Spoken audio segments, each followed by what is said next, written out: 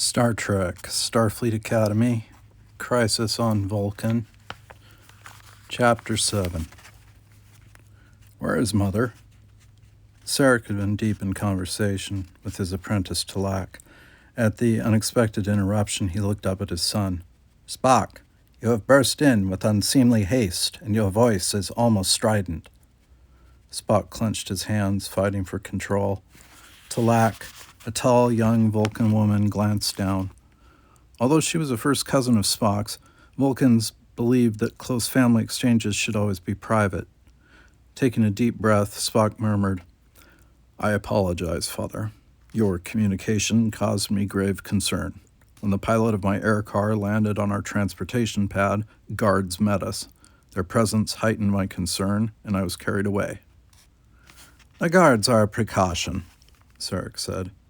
Apparently, our family is the victim of some kind of vendetta, a crusade for revenge. It is most illogical, but we must deal with the problem. As to Amanda, she is in her room. You may visit her if you like, but do not upset her. Remember, she is human. I am not likely to forget that, Spock said. He hurried to Amanda's door. The door chimed and announced him, and he heard his mother's voice say, Come in, Spock. She lay in bed, covered with an illogical sheet and blanket. Spock's attention focused on the puffy, white bandage enclosing his mother's upper left arm. You were hurt, he said. A scratch, Amanda replied. Come and sit beside me. Spock took the chair by the bed. His mother's rooms were decorated in Earth fashion with two-dimensional paintings of landscapes, alive with improbable amounts of green, streaked with an exaggeration of water. Her bed, desk, and chairs were all antiques, graceful but not completely suited to function in the logical manner of Vulcan furnishings. Are you in pain? Spock asked, feeling awkward and out of place. Not anymore. The dressing is an accelerant. I think the wound is closed already, but now the bandage will remove any scar. I'll be fine in 3 days. She smiled at him. Thank you for caring. It is natural, responded Spock. I am your son. Yes, you are. After a moment, Amanda said, I suppose you want to know what happened, and I'm sure that Sarek didn't tell you. No, he did not. But if you do not wish to speak of it, if the memory is painful, oh, I don't mind. Amanda sighed. It was strange, Spock. Yesterday morning I received a call from town. A man who called himself Vernal introduced himself as an Arcadian merchant and told me that he had heard I collected exotic plants. He claimed to have a full selection of SETI 4 desert succulents, and he displayed some for me. I bought 25, and he agreed that he would deliver them to me this afternoon. I suppose I should have been suspicious. Why is that? Amanda shrugged, then made a face. Ouch! It still gives me a twinge when I move suddenly. Why should I have suspected something was wrong? Well, to begin with, Vernal didn't really look human. He wore the traditional turban and veil of a Cetan desert nomad, but he was very short and strongly built for a Cetan. And his accent was not quite right. He spoke Vulcan, and so the universal translator didn't take over. Spock nodded. And the attack? It was a stupid thing. Vernal arrived late this afternoon with the plants in 2 flat cartons. He volunteered to help me carry them into the garden, and I led the way. Just as I was setting my carton down, I heard him drop his, and from the corner of my eye, I saw that he had drawn a weapon, a short, curved dagger. I'm afraid I screamed. Spock, are you all right? Yes, Mother, Spock said. Amanda gave him an intense look. You're pale. This is upsetting you. I can control my feelings. What happened? Remember, I am all right, Spock, Amanda said, touching his hand. The man slashed at me. I threw up my arms and warded off the attack, but the dagger wounded my left arm. Fortunately, Talak was working in the study. She rushed out when she heard my scream. I was backing away from Vernal and stumbled over the plants. They were rolling everywhere in their little pots. Vernal was bending over me, ready to strike again when I saw Talak over his shoulder. She simply reached out and gripped his neck, and the man fell unconscious. I know the technique, Spock said, though I have never really used it.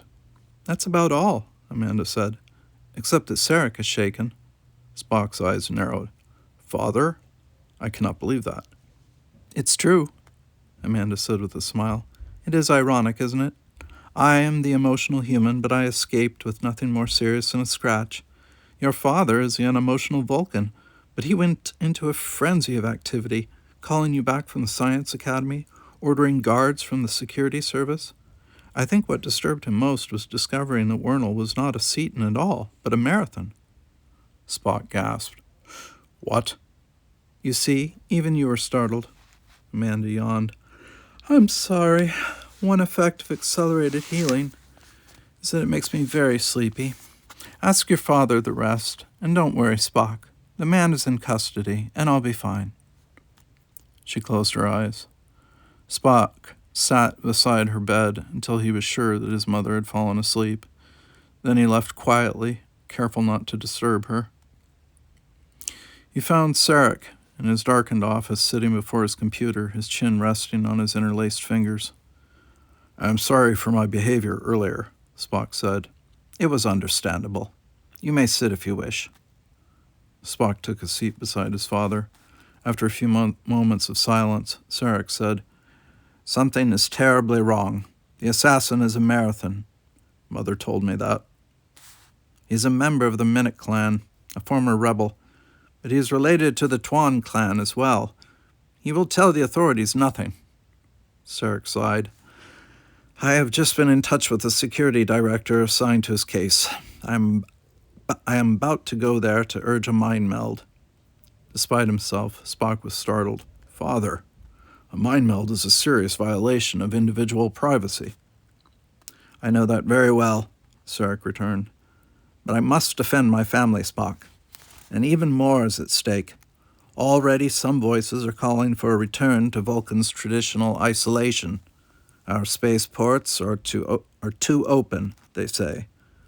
We have had no serious violence for centuries, but now this happens. All my life, I have worked to help Vulcan become a comfortable and valuable part of the United Federation of Planets. It would be a tragic irony if an act directed at my family should result in Vulcans becoming a closed planet once more. I understand, Spock said. Father, may I accompany you? You are safer here. In the darkness, Spock could see only the silhouette of his father's face. I had a Marathon friend, Spock reminded him, and the trouble affects me personally, and I am your son. For several seconds, Sarek was silent. Then he pushed himself up from his chair slowly, as if he were an old, tired man. Very well, come with me. The trip to the security center took only a few minutes by air car. 2 security officers, a man and a woman, both rather more burly than most Vulcans, led Spock and his father to an extra cubicle, its gray walls plain and empty. At the far end of the room, the captive, a middle-aged Marathon, stood behind a flickering yellowish force field. He wore a plain tunic and trousers, and his face was set in determination, his mouth clamped tightly shut. He has said nothing, the woman officer, whose name was Tamar, said quietly. That is why I am urging a mind meld, Sarek returned, glancing at the defiant figure confined behind the force field. Since we cannot be certain that this is not part of some larger conspiracy, we must take the risk of violating his privacy. Shinak, the male security officer, shook his head. No, Sarek, it is impossible. But this could be a crisis that affects our people's future relations with every other sentient species, argued Sarek. Surely the needs of the many outweigh the needs of the one. Tamar made a gesture of disagreement. What you ask might be possible, Sarek, however distasteful, except for one thing. And what is the objection? Tamar lowered her voice.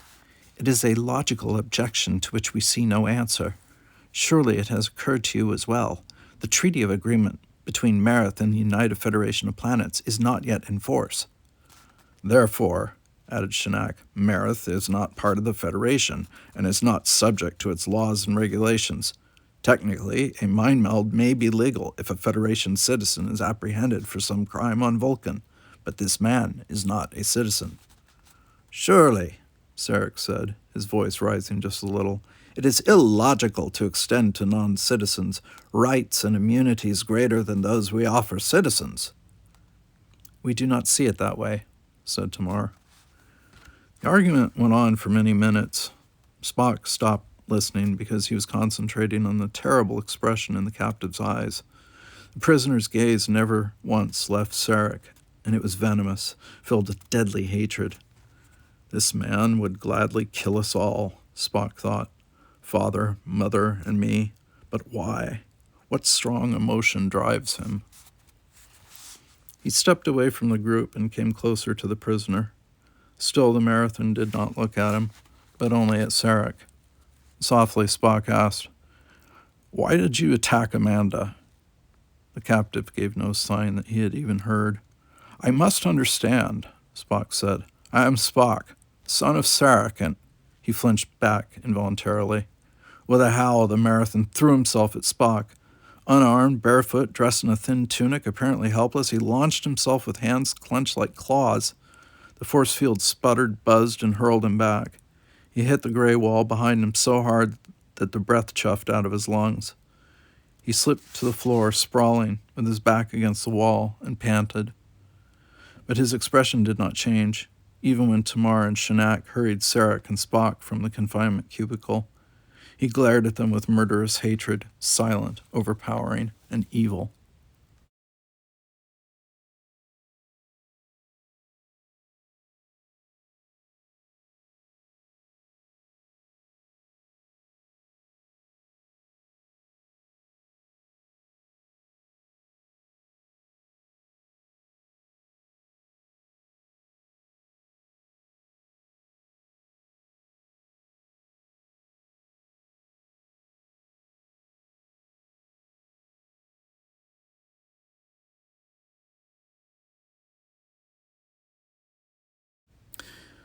The next days were hard ones. Sarek suggested that if Spock wanted to return to the Vulcan Science Academy, he could do so, as long as 2 security officers accompanied him as bodyguards. Spock refused. "That would make me even more out of place than formerly," he pointed out to his father. "I am certain that the presence of security guards would be disruptive. It would be better for me to remain here." The distracted Sarek agreed. By the next morning, Amanda was out of bed, much better. By the day after that, her physician removed the bandage, and her arm was as good as new. Unfortunately, life in the house was much slower to return to normal. Sarek tried his best. He installed a complex, sensitive security system, and he made sure that the guards were unobtrusive. Still, he asked Amanda not to go into her garden for a while. "The hills overlook the garden in too many places," he pointed out. "Although it is very unlikely, it is possible that the Marathon may have friends with long-range weapons." And so the 3 of them were stuck in the house. They ate together, but Sarek was too wrapped up in the problem of identifying the attacker to be any company. He spent long hours communicating with security headquarters and with the distant representatives of Marith, who denied all knowledge of the assassin's identity. Spock read, meditated, and became more and more uneasy. He had a sense that something else was about to happen, but what, he could not say. When it came, it caught him by complete surprise. It came early one morning in the form of a call from Lieutenant Commander Christopher Pike. The young Starfleet officer's smiling face materialized in the virtual screen above Spock's computer. "We meet again," he said. "I hope you're well, Spock." Realizing that Pike probably had not heard of the assault on his mother, Spock merely nodded. "Thank you, Lieutenant Commander Pike." "Spock, I'm calling on behalf of Captain April. You might not have thought his compliment was serious, but it was. And he has a considerable amount of influence, so he has an offer for you." Spock raised his eyebrow. "What kind of offer?" Pike grinned. "This is the most irregular appointment I ever heard of, but here it is. Captain April proposed you for admission to Starfleet Academy, and you have been accepted." For a moment, Spock did not reply. He blinked. "I did not request an application." "I know. Ordinarily, you'd have to take entrance exams, go through the selection process, etc., etc., etc. But you have unusual qualifications. You have already been accepted to the Vulcan Science Academy, whose standards are at least as high as Starfleet's. And then, too, you helped us get the Enterprise out of a tough spot. Pike's expression became more serious. Spock, we humans are grateful for Vulcans joining Earth as a founding member of the Federation. And we appreciate Vulcan's contribution of the Intrepid as a Starfleet vessel. You probably know that the entire crew of the Intrepid is made up of Vulcan Science Academy graduates. But there's a general feeling in Starfleet that all of our starships would benefit from having Vulcan officers. You can open the door for them. You can be the first Vulcan cadet at Starfleet Academy. I do not know what to say, Spock confessed. Think it over, advised Pike. I know you'd be a fine officer, and surely joining Starfleet would be a logical step for someone of your background. We'll need an answer in 3 standard months. I hope you'll decide to accept. You are fond of your career in Starfleet, Spock said. I wouldn't be happy doing anything else, Pike returned. When Pike broke the communications link, Spock stared into space.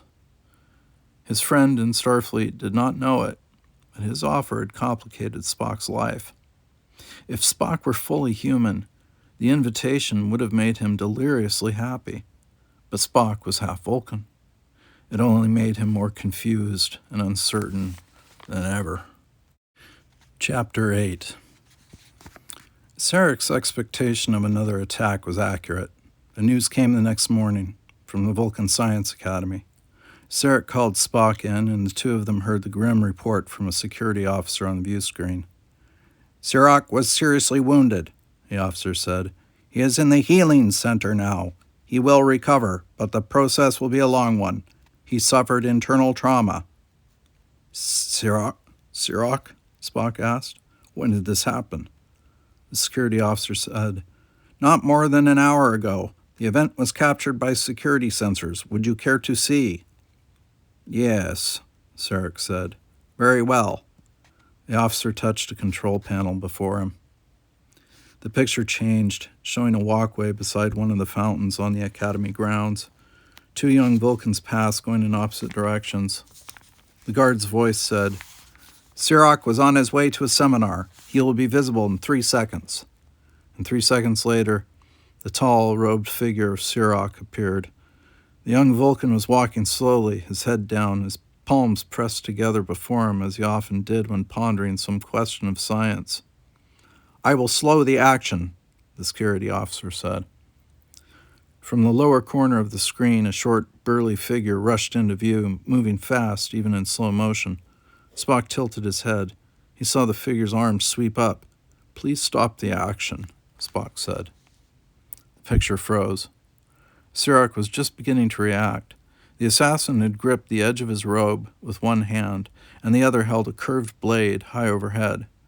Spock leaned closer to the display. Magnify the weapon 5 times, please.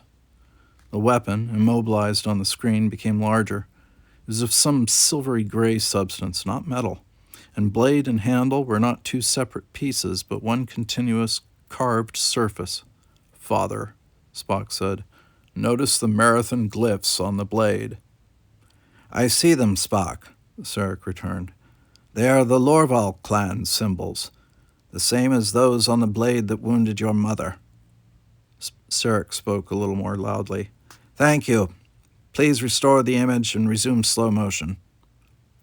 They saw the blade plunge downward. Sarek reached out, fingers curved, trying for a neck pinch, but his assailant had taken him by surprise. His face contorted as the blade, hidden from view by the assassin's body, found its mark. He reeled backward, striking the curving base of the fountain.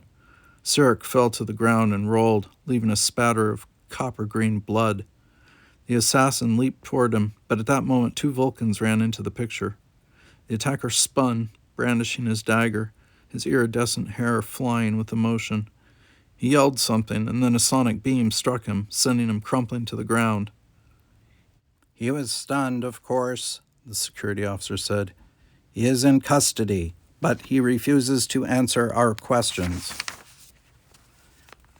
What did he cry out just before falling unconscious? Asked Sarek. That is why we called you. The security officer appeared on the screen once more. He thought his victim was dead. Apparently, the assassin was unfamiliar with Vulcan anatomy and was under the impression that he had struck Sarek on the heart. He shouted, "Sarek's son is dead. Next is Sarek." Sarek blinked. "My son." "He must have waited outside the residence building. Sarek and your son Spock are somewhat similar in appearance. The assassin believed he was striking at Spock." "Why me?" asked Spock. "That is illogical. I have done nothing to warrant an attack." "Nor has your mother," the officer reminded him. "And alien species do not often behave logically." Sarek straightened. "Keep me informed of anything the prisoner says. I am trying to persuade the authorities to permit a mind meld." "If you will forgive my saying so, Sarek, that will be difficult, but we will do as you request." The virtual screen vanished. Sarek looked at his son. "Why?" he asked. When Spock raised an eyebrow, Sarek shook his head. "A rhetorical question only. Of course you do not know why. It is a disturbing development. If the different parties to the Marathon Treaty indeed were in disagreement, why did they pretend to agree at Beltan?" "I do not know," Spock said. He frowned slightly. "But perhaps the attacks really are not a direct result of the treaty. It is possible that the rebel factions who attempted to immobilize the Enterprise lost face when I found a way for the ship to escape. I do know that Marathon fighters have a fierce pride. Perhaps the vendetta is a punishment for perceived humiliation." Sarek considered that, but his expression showed that he did not accept the possibility. "No, Spock. The trouble must have begun earlier, with the treaty. I must review every clause in it carefully to see what objection the rebel forces may have, and the treaty will give us our best chance of finding the other assassins." "You believe there are more?" "Certainly there are more," Sarek replied. "The authorities have told me that a number of Marathons are presently on Vulcan. Those who can be accounted for appear to be peaceful traders, all from the home planet. But some have simply disappeared. Their refusal to obey Vulcan law is a major reason for the debate currently going on about sealing Vulcan from the galaxy. It is a trivial problem, really, since it focuses on our family only." "It is not trivial to us," Spock objected. "The needs of the many, Spock," Sarek reminded him. "At any rate, if I let it be known that I plan to transmit the treaty to Federation headquarters for final ratification, I believe the assassins will make a concerted effort to stop me." "You mean to kill you?" "Yes." Spock stared at his father. "But would you lie, Father?" "No. I will merely let everyone know that it is my intention to transmit the treaty as it really is, eventually. I will put no date on the transmission, however, and I will arrange to travel to Earth in person. Any spies will assume that the purpose of my trip is to ratify the treaty. That should bring the remaining assassins into the open." "It is dangerous," Spock said. "I have weighed the danger." Spock paced, his head down. "Father, allow me to study the treaty with you before you take this step. Perhaps together we can discover the problem." "I would be gratified by your help, my son. The language of diplomacy is an important acquisition, even for one who wishes to be a scientist." They worked in the confinement of their home. Sarek even darkened the windows, allowing no chance for an outsider to peer into the house from a distance. Spock noted the methodical, logical structure of the treaty. Under even the closest analysis, the agreement seemed fair to all sides. The treaty specified that each party, homeworlders and colonists, would have absolute control of their own territory. However, Marathons also gained freedom of movement within the system as long as visitors agreed to abide by the rules and laws of local governments, and the spaceways remained open to all. Despite his wish to discover a weak point, Spock had to admit that his father had done an excellent, flawless job. To a Vulcan, at least, the treaty had not even the tiniest imperfection. That did not keep Spock from trying over and over. Late at night, when Sarek and Amanda were asleep, Spock sat at his computer, studying each paragraph, each sentence, each word of the treaty. He reviewed Marathon history to no avail, and he realized that if his study did not pay off, soon his father would make himself a highly visible target for the assassins. The day came when both father and son had to admit defeat. "Well," Sarek said, "there is one hope left." "Sarek, no." Amanda stood in the doorway, her face a mask of worry. "I don't want you to be a decoy. It's too dangerous." Sarek went to his wife and took both of her hands in his. "Events are at a crisis," he told her gently. "Those who oppose Vulcan's membership in the Federation have strong voices. I cannot allow them to use this incident as an excuse to ruin everything that I have worked for. To do so would be worse than dying." "I'll go to Earth with you," Amanda said. Spock felt a curious, hollow sensation inside. Fleetingly, he wondered what would happen if Sarek agreed, and somehow the assassin succeeded. Both of his parents could be killed. But Sarek said, "No, that would not be logical. You have never accompanied me on a diplomatic mission before, and surely any observer would know that."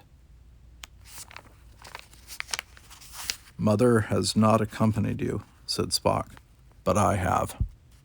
They both looked at him. "It is logical," Spock said. "I was with you when you negotiated the treaty. Why should I not be with you when you take it to Earth?" "No," Sarek said. "It is far too dangerous." "For me, but not for you?" "Spock," Amanda said, crossing to him, "I don't want you to go either." "I know, Mother, but you would go." "I belong with Sarek." "As do I," Spock reminded her. "Father, you must admit that two of us would be more likely to withstand an attack than one. Surely that is logical?" Sarek nodded. "But you wish to be a scientist, not a diplomat. It is not logical for a young scientist to go on a diplomatic mission." "It is," Spock said simply, "if the Marathons do not know that I wish to be a scientist and not a diplomat." The argument, if anyone could call the reasonable soft exchange between father and son an argument, went on for a long time.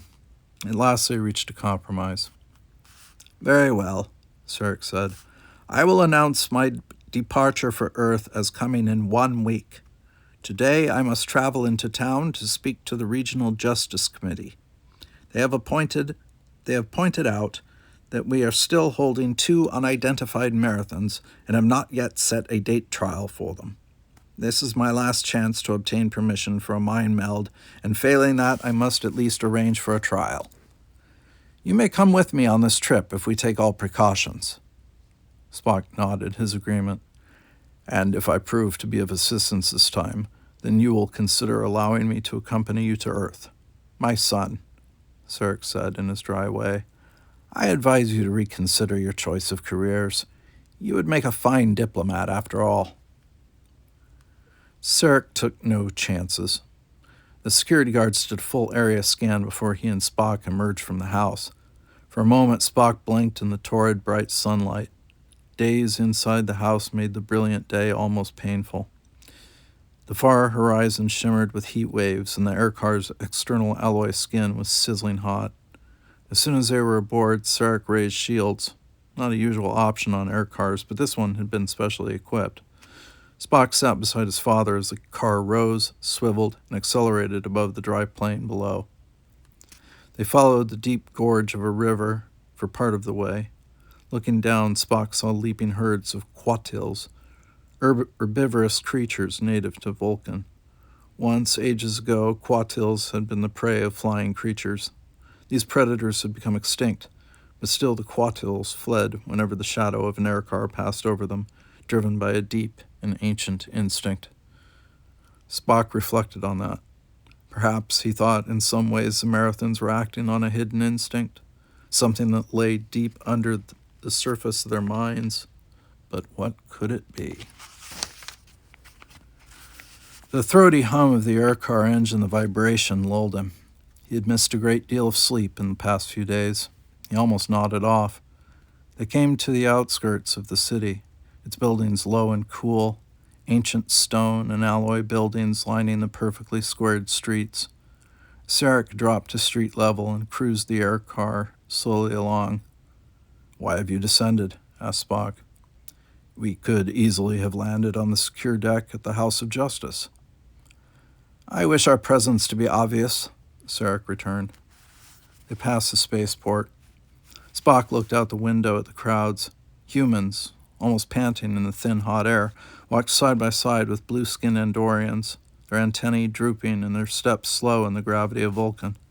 A group of short, muscular Tellarites strode along with more assurance. Though bearded and furred as they were, they must have suffered from the heat. The streets around the entry port were an untidy assortment of Vulcan and off-world shops and stores. Vulcans disliked anything untidy.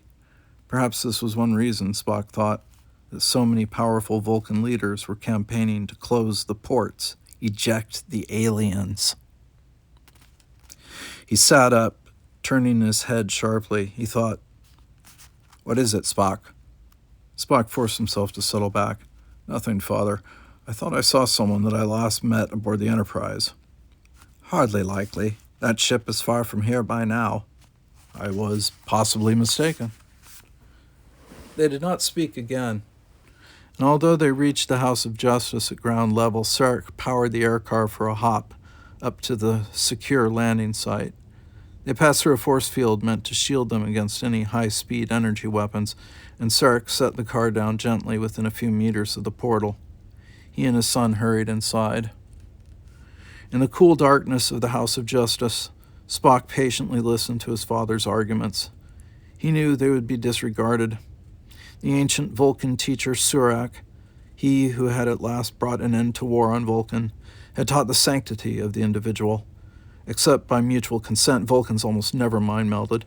Rare exceptions were made only for Vulcans suffering from mental illness, and although under their agreement with the Federation, Vulcans theoretically could use the mind meld to read the thoughts of an alien species, that had never been done.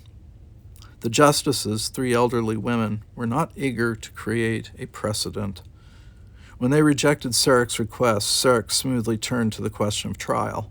Vulcan trials were scrupulously fair, even when the accused chose to mount no defense. The justices did agree to appoint a day for the 2 captives to be tried, and that was that. Sarek chose to fly home at a higher altitude, and so Spock did not have another chance to look at the crowds in the streets. Still, he thought he had what he needed. The figure he had seen looked a great deal like a Tellarite. Hooded, squat, its face obscured by a heavy beard. The person would never be mistaken for a Vulcan. The disguise was a logical one. But Spock had seen through it. In the way it moved, in its startled reaction to a glimpse of Spock's face, the disguised figure had given itself away. It was no Tellarite. It was undoubtedly Cha Tuan Mar Lorval, Spock's friend. Or was he now Spock's assassin?